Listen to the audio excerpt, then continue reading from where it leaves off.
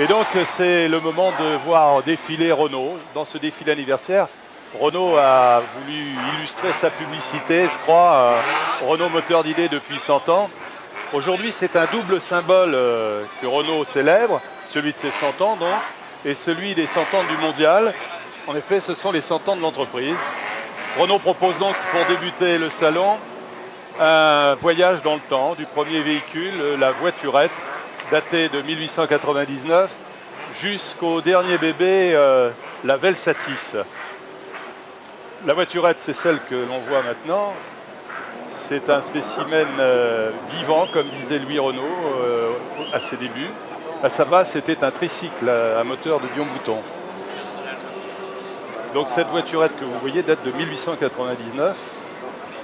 Ensuite, eh bien, on va voir la Renault 4 chevaux dans quelques instants, après ces vieilles voitures.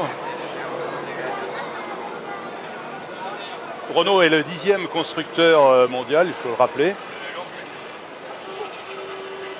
Oui, la 4 chevaux qui, notamment en Tunisie, a donné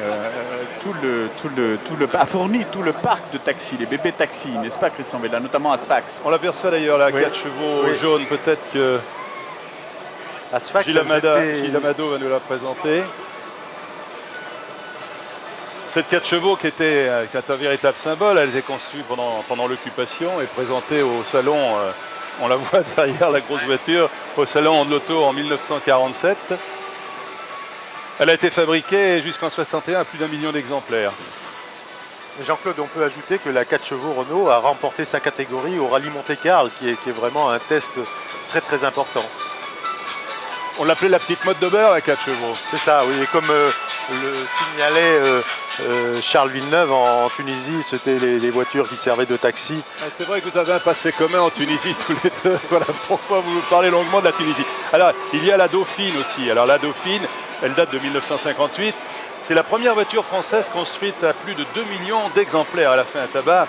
Dès sa naissance, elle était le principal cheval bataille de la régie à l'époque. Sur près de 270 000 voitures construites en 1957, plus des 2 tiers étaient des Dauphines. Le reste se partageait entre la 4 chevaux et la frégate. Elle a aussi remporté. Très bien réussi sur la route, avec Monres notamment. Et elle a remporté le Tour de Corse et le Rallye Monte-Carlo aussi dans sa catégorie. La Dauphine, c'était la voiture des jeunes filles. Dans le vent. La Dauphine, alors, est-ce que ça se... C'était pas à conseiller trop aux jeunes filles parce que la tenue de route à l'époque était assez approximative. Et je ne l'aurais pas... Les filles seules dans leur voiture, on avait bien compris. Oui.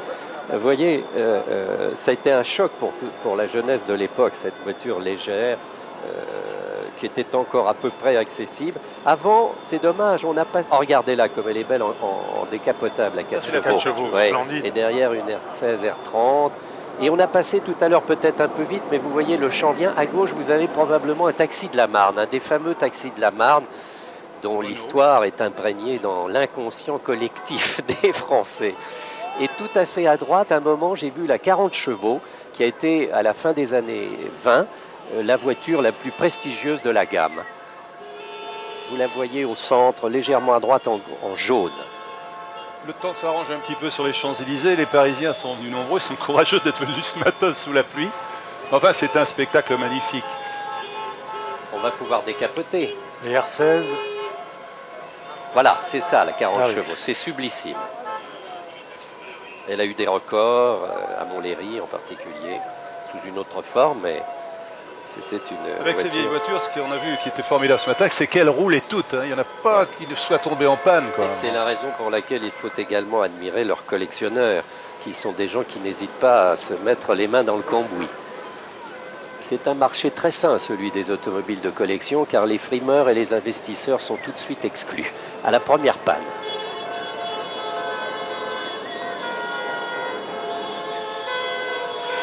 Sur la droite, Oui. un Spider Renault dont certains fonctionnent aux énergies nouvelles avec du GPL et parfois même aux énergies électriques. Le GPL. Au gaz, du gaz. Et voici la Clio 2. Alors voilà, là, enfin la Clio 2. La Clio 2, c'est celle donc qui remplace la première Clio. Et c'est sur cette Clio 2 que Renault porte ses efforts en ce moment. Oui, effectivement, la Clio 2 est appelée, c'est la petite sœur de la Clio, elle est commercialisée depuis le 11 mars. Et la Clio 2 a créé la surprise, on peut le dire, en affichant des prix de vente de 15% plus faibles que ceux de son aîné. Et ça devrait lui assurer un succès. Ces prix varient entre 64 400 et 86 900 francs. C'est le prix de la 206. Oui, ça va être. Oui. C'est le grand match de l'année à venir entre la 206 de Peugeot et la Clio. Là, ce sont les voitures qui ont couru en rallye. Et Enfin, en circuit quand même. Et en circuit, bien sûr. La compétition pour Renault, ça a été très important. Oui, Renault a repris, voilà, là, La on voit une voiture, berlinette Alors, alpine. pourquoi elle ne Il roule a pas gagné d'ailleurs le sur Mans. les Champs-Élysées, ces voitures de course? Notamment les Formule 1, ça serait un problème. D'abord parce qu'elles n'ont pas de ventilateur, elles chaufferaient bien entendu. Et puis elles ont des embrayages très sophistiqués, des embrayages à carbone qui empêcheraient que le commun des mortels pourrait piloter ces voitures sur les Champs-Élysées à 10 à l'heure. Qui roule à combien alors? Vous savez, quand on démarre en Formule 1, on est tout de Au suite moins 60, 80? en première, on est déjà à 150. Alors vous imaginez rouler sur les Champs-Élysées à 10 à l'heure, on se casserait le moteur tout de suite. Prost y a essayé, paraît-il. Oui. Mais il paraît qu'il a cassé la voiture, non? Prost l'a fait, je crois que son Il a grillé moteur a le moteur, souffert. oui. Largos, regardez, un très bel essai de Voilà, style ce aussi. qu'on appelle, Ouais. Très heureux. mot barbare et anglais, un concept car. Ce sont des voitures du futur, les prototypes. Alors la Scénic aussi. La Scénic, c'est quelque chose d'important dans cette année pour Renault. Oui, C'est Renault, une des voitures les plus vendues. c'est Renault qui a inventé le concept du monospace. Avec Matra. Avec Matra, effectivement, ce sont des études Matra faites conjointement avec Renault. Et le succès commercial du Scénic qui a été lancé en 1996 est tel qu'aujourd'hui une Mégane vendue sur 2 est un Scénic. Ah oui.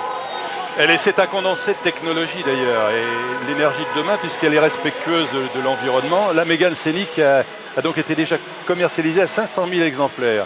Elle fonctionne à l'essence, au diesel, au GPL. Et les prochaines vont même fonctionner au gaz naturel et à l'électricité. Oui. D'autres seront équipées d'un moteur hybride avec un moteur thermique classique et un moteur électrique. Alors le tableau qu'on vient de voir, eh bien c'est celui des écoles de samba. Il s'agit d'une véritable école de samba d'ailleurs qui défile. Elle est arrivée de Rio cette semaine.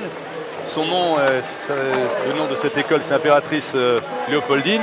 Ils sont 35, vous le voyez, à faire vibrer les Parisiens au rythme de la samba pour annoncer l'ouverture prochaine de l'usine Renault à Curitiba, au Brésil.